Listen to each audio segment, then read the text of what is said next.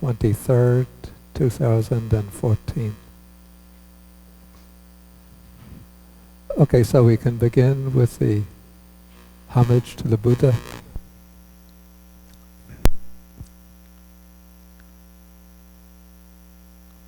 Namo tassa bhagavato arahato samma sambuddhassa. Namo tassa bhagavato arahato samma sambuddhassa. Namo tassa bhagavato arahato samma sambuddhassa. Okay, good morning, everybody.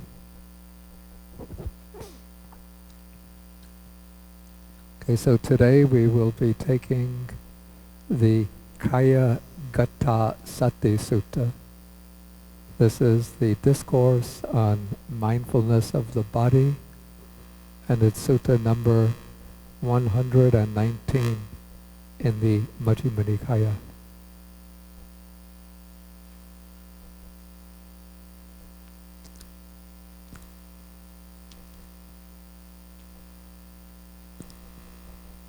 Okay, so the sutta begins when a number of monks are sitting in the assembly, and then as they're sitting there, a discussion arises amongst them, and they begin to praise the Buddha for teaching the mindfulness of the body. And they say that it's wonderful, it's marvelous, how the Blessed One has said that mindfulness of the body, when developed and cultivated, is of great fruit and great benefit. Okay, as they're speaking in this way, the Buddha this is sort of like a typical scene in the suttas where monks are having a discussion. they don't know that the Buddha is about to come to the hall where they're sitting and meeting, and then he's going to break into the discussion and ask them, what was your discussion that was interrupted? And sometimes the monks are a little embarrassed and they have to say, well, we were speaking about the baseball game or the football match or about this pop star or that pop star. And then the Buddha says, it is not fitting for you, it is not appropriate. Those of you who have gone forth from the household life into homelessness to be speaking about such a topic. But here the monks are speaking about a suitable topic. But still the Buddha asked them what was the subject of their discussion, and then the monks say that they were speaking about how it's wonderful that the Buddha has said that mindfulness of the body is of great fruit and great benefit. And so this provides the Buddha with the opening for beginning the discourse. And so he begins the discourse by raising the question, how is mindfulness of the body to be developed and cultivated so that it is of great fruit and great benefit? And as we see that this the expression Kāyagatāsati corresponds very closely to the first foundation of mindfulness among the four Satipatthanas. You know, the first foundation of mindfulness is mindfulness of the body, which is called Kāyanupassana, which means contemplation or observation of the body. But here, basically, the same set of practices is grouped together under the expression Kāyagatāsati. So sati means, of course, mindfulness, and kaya means body, and gata means gone to. So it's literally, it's mindfulness gone to the body. But more freely, we could call it, or render this, mindfulness directed to the body, or mindfulness concerned with the body.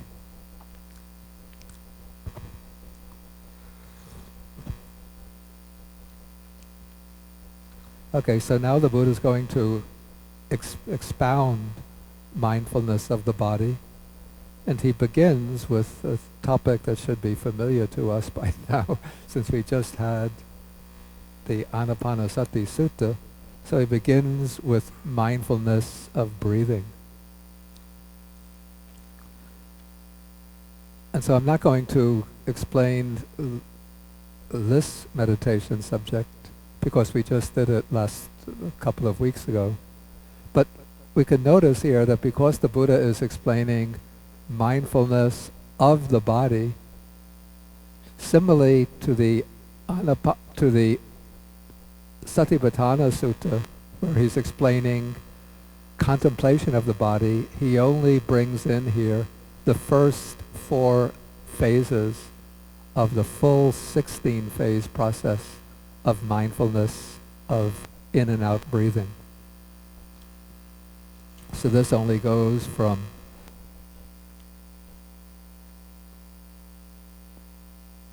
being aware of breathing in long, breathing in short, breathing out short, breathing in, breathing out, experiencing the whole body, and then breathing in, breathing out, tranquilizing the bodily formation. But here we come to a new passage, or a new little paragraph, which is unique to this sutta. It's not found in the Satipatthana Sutta. So here the Buddha says, as he abides thus, diligent, ardent, and resolute, his memories and intentions or thoughts based on the household life are abandoned. And with their abandoning, his mind becomes steadied internally, quieted, brought to singleness. That's a little bit odd. Let's say unified, quieted, unified, and concentrated. That is how a monk develops mindfulness of the body. So we could see here 2 aspects, or 2 benefits of developing, in this case, mindfulness of the body as a form, mindfulness of breathing as a form of mindfulness of the body. First of all, one is able to get rid of what are called memories and, I would say, thoughts based on the household life. So this is why it would be particularly recommended to young monks who have just recently gone forth, because when one has just gone forth, well, not only right after just going forth, but sometimes it happens 4 years, 5 years, 9 years, 10 years, that the mind will be flooded with thoughts about the worldly life. And then if those thoughts become strong enough, then there comes the thought, let me give up the training and go back to the household life, where I can do meritorious, where I can enjoy worldly pleasures and do meritorious deeds. And so to help overcome those thoughts, then mindfulness of the body is one of the methods that enable one to focus in on one's thoughts, so that the thoughts don't have the chance to repeat themselves and develop and gain strength and then become overwhelming. So by continually bringing the mind back to the body, then it serves as a kind of backdrop for recognizing one's thoughts when they arise, and then using the appropriate methods for weakening and debilitating those thoughts. So call this on the negative side. Well, they're both positive benefits, but in dealing with negative qualities, the mindfulness of the body helps in overcoming worldly thoughts and the longing to return to the enjoyments of the world. And even I mean, it's useful not only for monastics in that respect, but for lay people who are practicing as well. You know, you might start to think, what is the use of this sitting here, practicing meditation? The mind is just wandering. And let me just give it up and go back to, you know, the ordinary way of living a worldly life. Just flow with the stream.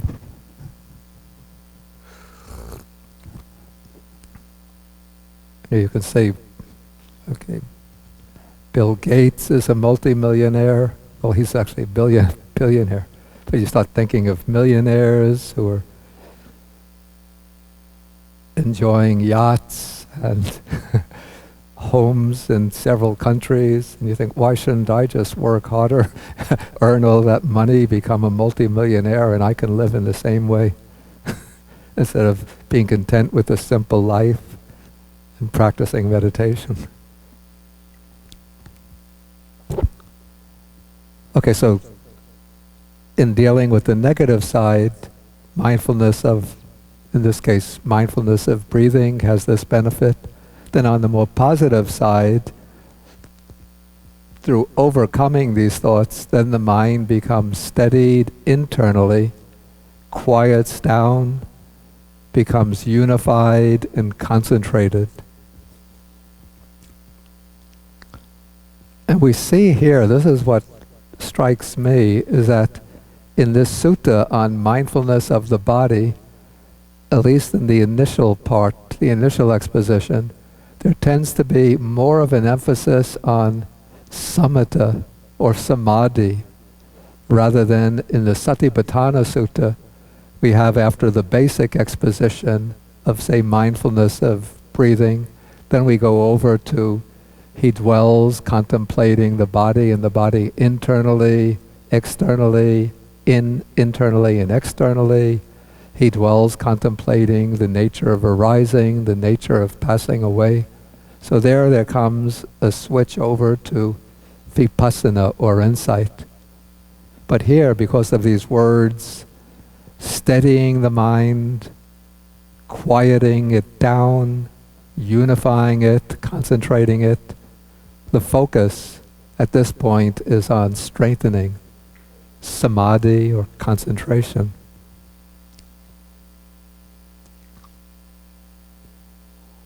Okay, now we come to the second passage, and this is mindfulness of the postures, the positions of the body. And I think it's quite significant that, you see, the Buddha teaches mindfulness of the body and meditation in general, not just the practice that one does in the sitting posture when you have the eyes closed, the hands on the lap, but he sort of broadens the range, as we'll see, so that it comes to encompass all aspects of one's day-to-day life. And so here the Buddha is explaining that when walking, the monk understands, or he knows, I am walking. When standing, he understands, I am standing. When sitting, he knows, I am sitting. When lying down, he understands, I am lying down. Or however his body is disposed in any position, this he understands. Okay, so I would say that there's two ways in which one could undertake this practice. One is as a deliberate way, intentional way of practicing a meditation. And for this, the usual way is to use the process of walking as a kind of interval between periods of sitting meditation. So especially when doing a long-term retreat, in many meditation traditions, there'll be alternating periods of sitting meditation and walking meditation. And so when one is doing the walking meditation, in a general way, first one can be aware simply of walking back and forth. So one will choose an area, which could be usually 25, 30, 20, 25 paces, And then one will just walk back and forth, being mindful of the act of walking. But to help focus the mind on the act of walking, one will focus on each step. And so, after getting accustomed just to walking back and forth mindfully, then in order to narrow down and to sort of focus the mindfulness, one will start to become aware of each step. So when taking a right step, one is aware of the right step. When taking the left step, aware of the left step. And in this way one goes on right, left, right, left, right, left, till one comes to the end of the walking, of the walkway. Then one becomes aware of stopping, and then one pauses for a moment, and then one becomes aware of standing. So that fits into the scheme of the 4 postures. One is now aware of standing. Then one becomes aware of turning around. So that is not covered exactly by the 4 postures, but that would be however the body is disposed. Now it's in the act of turning. So one is aware of turning. Then one is facing back in the opposite direction. One pauses again and just stands there for a moment, aware of standing. And then one resumes walking. Right step, left, right, left. But not like a military a military battalion doing an exercise, right, left. Not like that. It's not mechanical or done in an automatic, it's not done in a mechanical way, but one has to walk at moderate pace, but being aware of each step.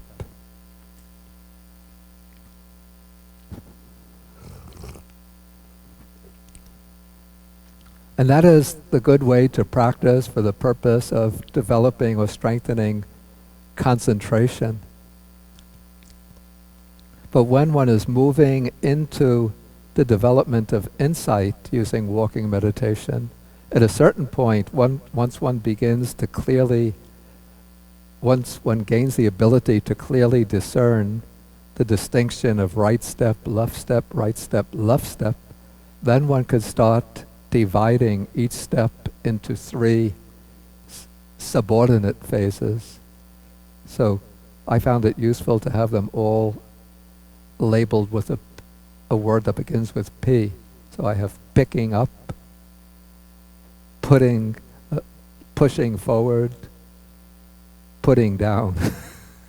So picking up, pushing forward, putting down, picking up, picking, pushing, putting. There are still further divisions of this, up to, I've learned it done with 12 divisions for each step, but we don't have to go into all of those. But when one is doing 12 divisions to each step, 12 phases, to walk from where I'm sitting here to the last table there, maybe a little further than the last table, could take 45 minutes to an hour.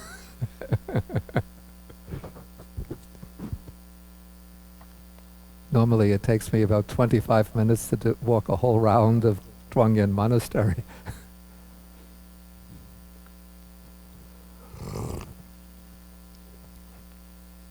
Okay, so that is the walking meditation. But also the sitting meditation can be done just as a meditation on the posture. It requires some degree of sensitivity, so it's not a beginning meditation subject. But after one has gained some focus of mind, for example, through mindfulness of breathing, then one could start, while sitting, just moving through the body, taking different parts of the body, the head, neck, shoulders, and then going from each arm, right arm, to the upper arm, lower arm, hand, then go down to the left upper arm, left lower arm, left hand, then come back to the neck, then come to the chest, abdomen,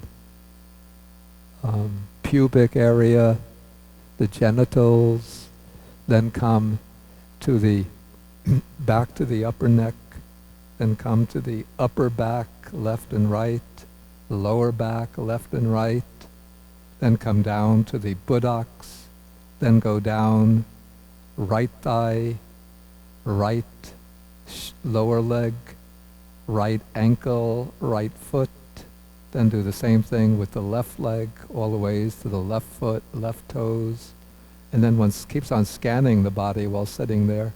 Then when one gets familiar with the whole body by scanning it, then one could just sit being aware of the body in the sitting position. And over time, as the mind becomes more and more sensitive, then one gets what I call this sort of totalistic perception of the body.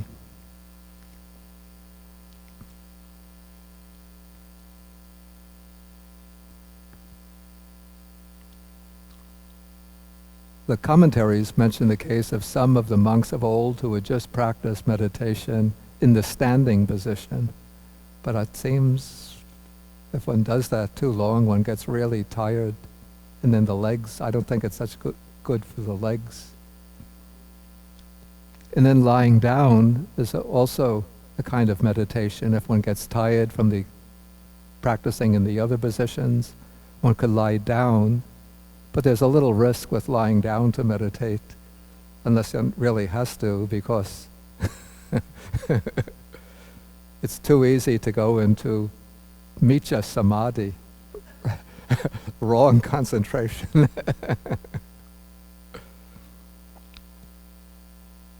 And then you regain awareness, and then you start boasting that you went into the attainment of cessation or the formless formless meditative absorptions.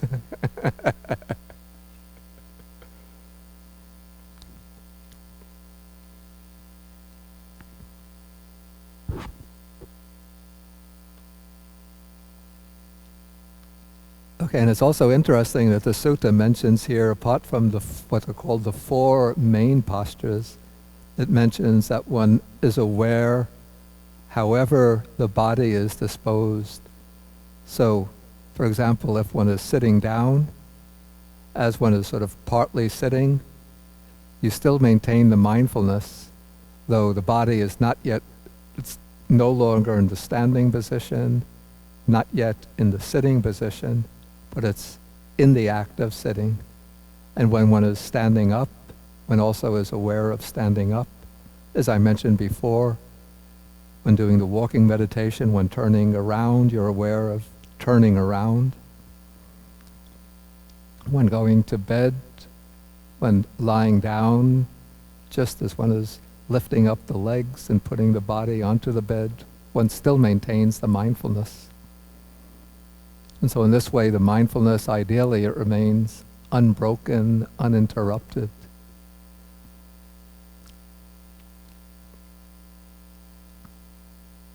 Okay, let me take the next section, then I'll see whether we have any questions.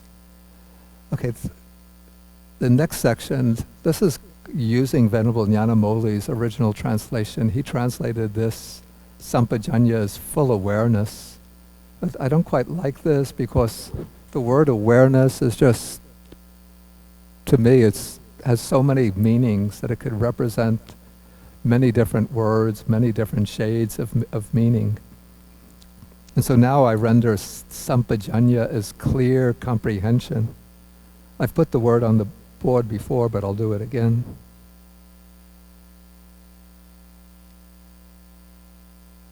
I'm not attached to this, okay.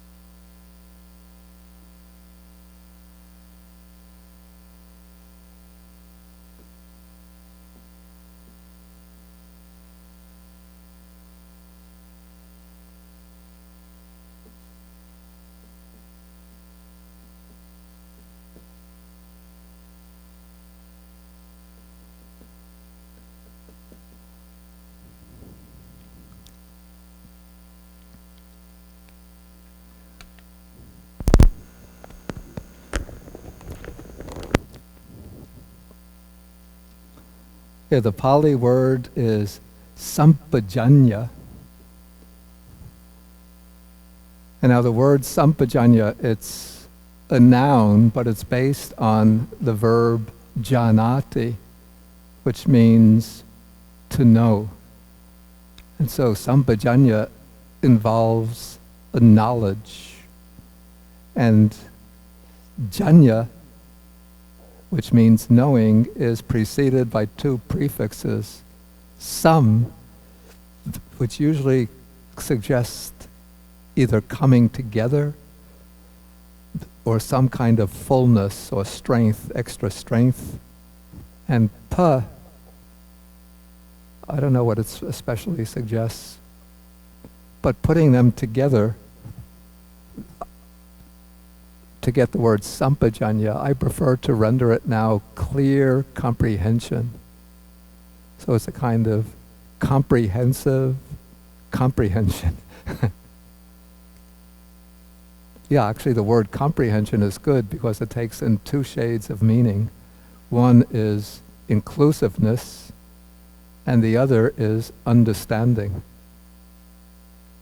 And so you could see from the exposition of sampajanya here that it's inclusive because it applies to every aspect of one's activities, all the activities of one's ordinary day-to-day life.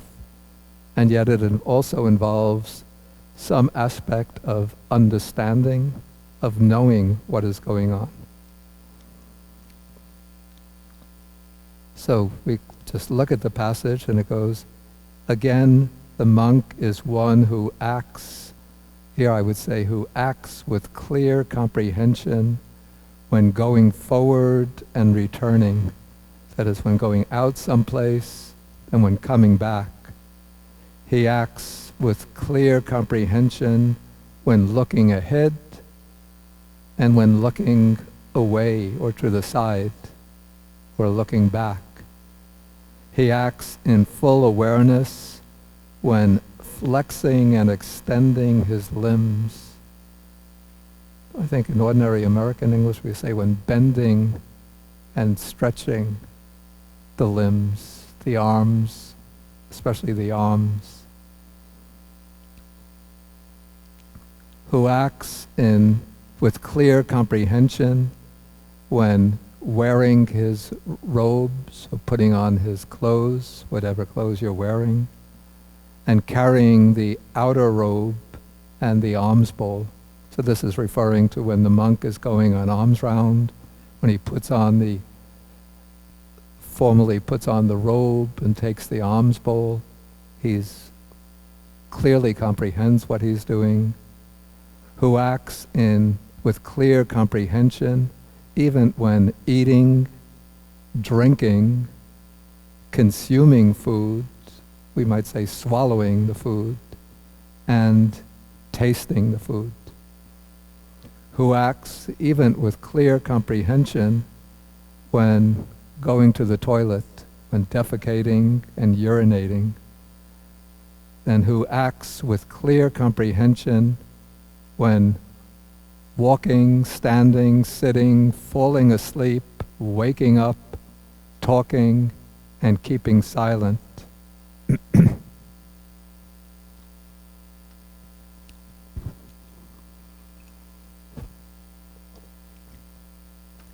Okay, now clear comprehension seems to have different levels at which it can be applied, or different modes in which it can be applied. And to make this clear, the commentaries distinguish 4 aspects of clear comprehension. I think this helps to bring out the meaning and to show how it's put into practice.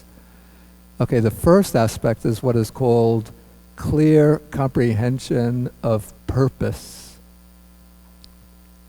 And this means that before one undertakes an action, one should have a clear understanding what is the purpose of this action. And especially one has to evaluate the action to determine, is this really beneficial? because the word atta here, which means purpose, also means good or benefit. So is the action that I'm going to undertake beneficial? And you could see that, if we review our actions in the light of this criterion, so many actions which are useless, harmful, frivolous, even self-destructive, we could eliminate. Particularly, like, people have a lot of bad habits, like, I don't want to be criticizing anybody, but smoking, drinking, chatting for long hours on the telephone. There's a kind of person, I don't know anybody here. Facebook addicts. No, really, there are some people.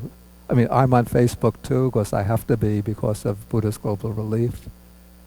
But I know people who just seem to spend hours, with the most, and you look at the conversations on Facebook, often they're just so trivial. People spend hours and hours doing that. So if you investigate each action, is it really useful, beneficial for myself, for others to do this? That provides a very helpful criterion for eliminating a lot of the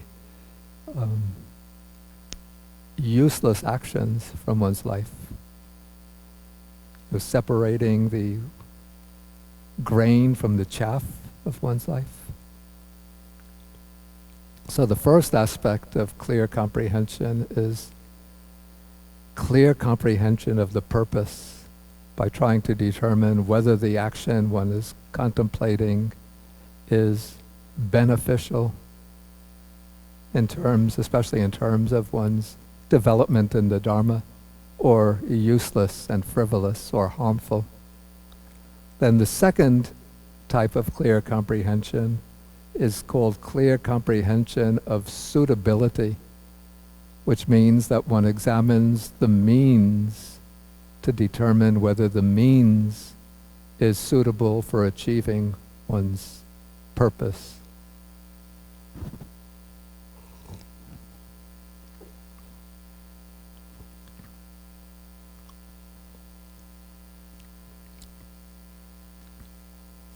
So whether it's maybe we could say, review, comprehending the suitability, maybe we could see two secondary aspects in this. One is whether the means is effective in achieving one's purpose. This is the pragmatic aspect. And then the second aspect is whether the means is morally appropriate for achieving one's purpose. This is the ethical aspect of the means. Because one might have a good purpose. Maybe one wants to gain wealth in order to be able to benefit others, but if one thinks to gain wealth by unscrupulous means, then one will be departing from the path of righteous behavior, the path of Dharma.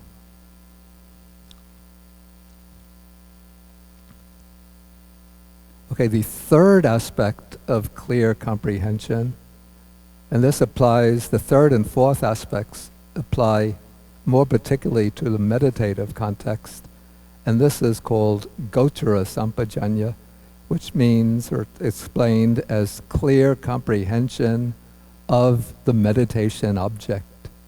So this means that one keeps the meditation object constantly in mind. And if the mind is straying from the meditation object, then one becomes aware that the mind is drifting, distracted, and one brings the mind back to the meditation object. So we see this aspect of clear comprehension even in the Satipatthana Sutta under each meditation subject. For example, it's in the standard Satipatthana formula.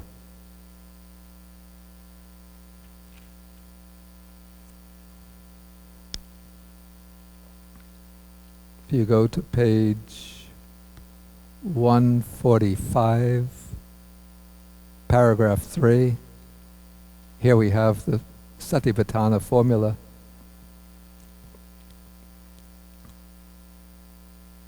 So the text says that the monk abides contemplating the body as a body, ardent, fully aware. That would actually be sampajano, which I would now translate clearly comprehending and mindful. And then that same expression comes with each of the 4 satipatthanas. So he abides contemplating feelings as feelings, clearly comprehending. He abides contemplating mind as mind, clearly comprehending. And he abides contemplating mind objects, or dharmas as dharmas, clearly comprehending. So clear comprehension in this third sense, as clear comprehension of the domain of meditation, the meditation object.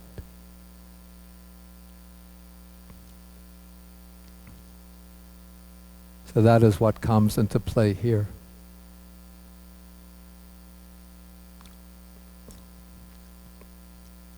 And then the 4th aspect of clear comprehension is called clear comprehension as non-delusion.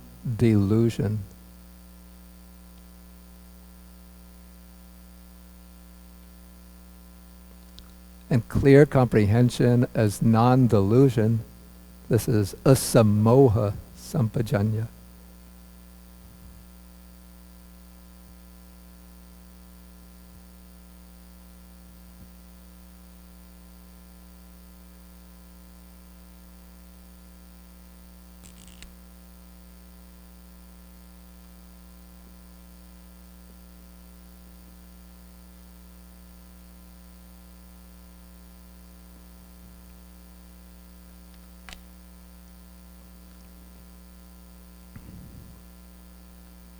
This is where sampajanya, clear comprehension, starts to turn into panya or prajna, that is wisdom or insight. And in this phase, clear comprehension emerges from understanding that within all of these actions that are mentioned in this passage, there is no self that acts, but rather one is able to observe how each of these actions takes place through the interdependent, interconnected process or interplay of dharmas, of mere phenomena, selfless phenomena. For example, when one is walking forward, going forward, one comprehends that there's no self that walks.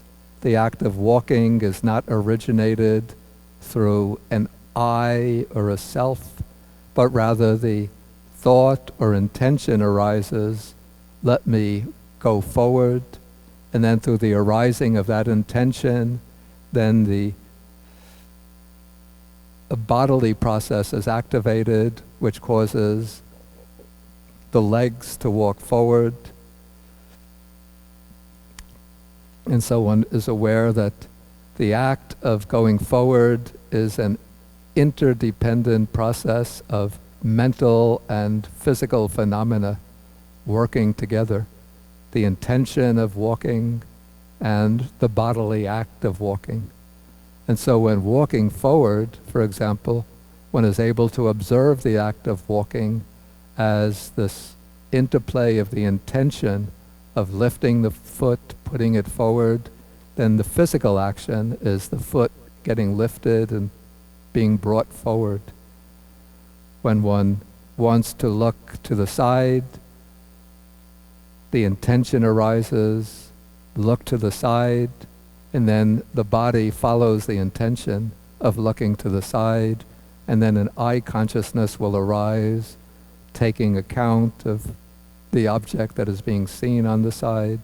And so in this way, there's this constant interdependent process, interwoven process of mental and material phenomena, but no self standing outside or within the process directing it. And so now one is comprehending the nature of nama-rupa, mental and material phenomena. And this can be applied to all of these actions that are described here.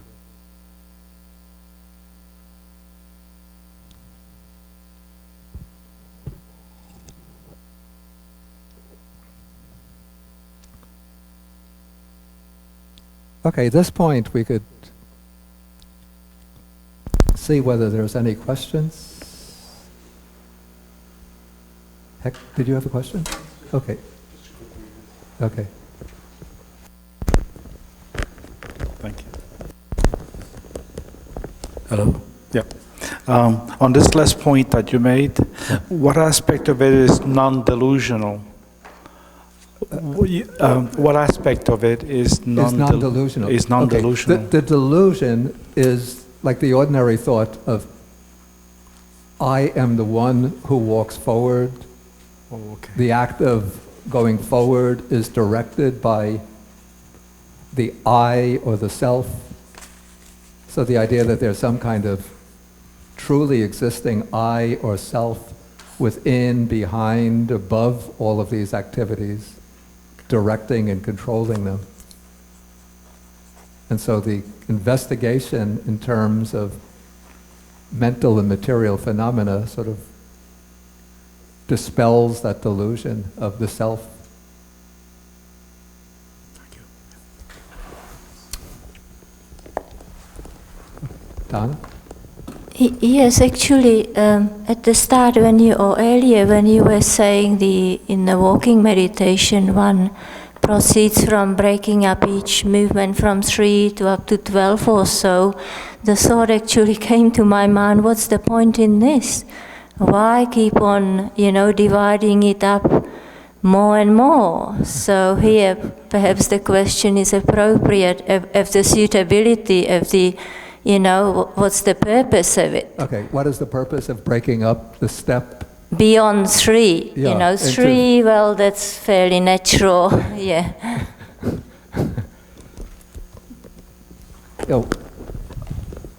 I can mention like at least two purposes. One is that it forces one to be really mindful of what is taking place, to have extraordinary consistency of mindfulness, because even if one is doing 3 steps, 3 phases to each step, picking, pushing, putting, at the micro level there's still scope within those 3 phases for the mind to be quickly drifting and coming back, drifting and coming back. But when you have to be mindful of, there's actually 6 physical, in the 12 phases, one has to be mindful of, the step is divided into 6 phases, 6 physical phases, but for each phase one has to be mindful of the intention that immediately precedes that action. So when one has to be mindful of these 12 phases within one step, it's a little bit like, did you ever see these tightrope walkers in a circus? Or especially the tightrope walker when there's no net underneath? A few years ago, some of us, we went to Niagara Falls for a little break. And one evening, when I looked out my hotel room, there was a man on a tightrope walking from one hotel on this side of the street all the ways to the top of the hotel that I was staying in, that we were staying in. And I was looking up, and from my room there was an illusion, an optical illusion of the tightrope going up this way. So it seemed like he was not only walking across the tightrope, but going upward. But that was an illusion. We went down to the street, and then we looked up, and the tightrope was actually just parallel to the ground. But this man had to be mindful of every phase and every step, otherwise down something like 50 stories maybe. There was no net down below. And it turned out this was not just a practical stunt done by a tourist, but this man, his name is, we found out was Jay Cochran, and he's known as the Prince of Skywalking. That was to be his last year of skywalking, but at the time he was like the foremost skywalker in the world. And in China he had walked across the Yangtze River, doing skywalking across the Yangtze River. But we were thinking, wow, with that ability. Bo Wei was there, she was saying to me, introduce him to Buddhism, introduce him to Buddhism. In no time he'll become a stream enter.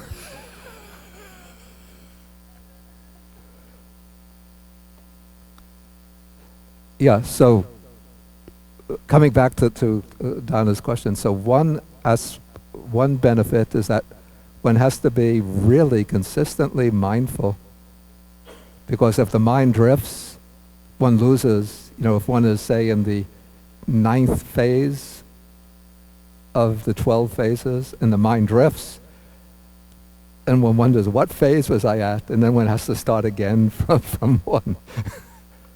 Okay, so the first benefit is consistency of mindfulness. And then the second benefit is that one is now seeing the impermanence within a single step. That, it's not just that the step is impermanent and that the right step follows the left step, follows the right, follows the left. Not only that phase 1 is followed by phase 2, is followed by 3, but now one is seeing that within a single step, there's a succession of at least six physical phases and 6 intentions that are arising and passing away. And so it brings one very quickly into the insight into impermanence. But to be able to practice that effectively, one doesn't begin immediately with that. Otherwise, the mind just gets lost and entangled in too much mental noting. But to be able to actually focus upon the physical process of walking, one has to build up to it gradually by going from first one step by step to three phases, then to the 6 phases in the physical step, then to 12 phases by noting the alternation of intention and action. Sorry. Okay, let's take you first. Yeah, what is your name? Dave. Dave, Yes. okay. And then Richard. So my question was to understand the purpose of an action, or so sometimes it's not possible because some actions have far-reaching consequences, have a long-term consequences. Yeah. For example, my coming here, I'm not sure what is the consequence. Right, So how can you, how can someone understand the purpose so easily? Okay, yeah, that's a good question. So the question is, if you're trying to understand the purpose, what about the long-term consequences? Because many actions have consequences that one can't foresee. Yeah, of course one can't be responsible for consequences that one can't foresee, but one has to, within, let's say, the range of knowledge that one does have available, or let's say probabilities, likelihood of what's to happen, that one has to take account of. But there are, factors that we can never foresee. So I might have, for example, well, I don't want to take myself, but say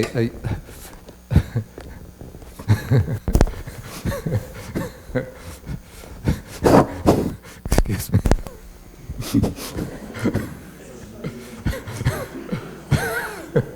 It's just a story that occurred to me. This goes back, I think, something like the 12th or 15th century.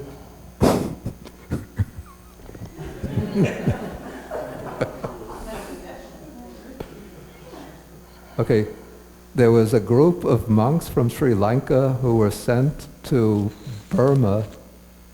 I don't remember whether it was to renew the ordination or to teach the Dharma and Vinaya.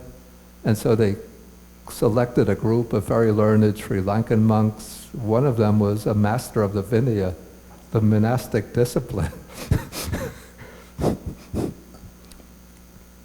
And so he was sent to Burma along with some other monks. I think his role was to teach the Vinaya, monastic discipline. So when he accepted that invitation, of course, his purpose was a very worthy one of helping to strengthen or revive the Dharma in Burma. But then when they arrived, there was like a procession to greet them and welcome them. And there was a very elegant Burmese dancing girl who was part of the procession. I guess the Burmese dancing is very elegant, very sensuous. And so as the Vinaya master was walking in the procession and she was dancing ahead of him, he would have had his ceremonial fan in front of him. He looked up and he saw the dancing girl. And there must have been some karmic connection maybe from previous lives.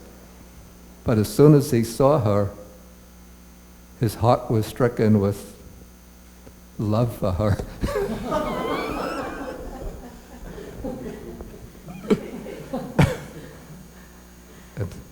I don't know the details, but when I imagine it in my mind's eye, after the ceremony is over, he asked one of the Burmese attendants, "How can I meet that dancing girl?" And the long and short of it is that he decided to give up the monastic life and he wound up marrying that dancing girl. I see Jen is hitting her head. I mean, these things happen. That's the nature of life. So this was like an extreme case of a consequence utterly unforeseen. A worthy purpose to help strengthen or even revive the ordination in Burma, and then things turn out differently. Richard had... Yeah, going back to Jay Cochran, the Skywalker, to me that points up a difference between noting things consciously as in naming them, Yeah. which is how the text seems to read often. There's a mindfulness is the naming of to yourself.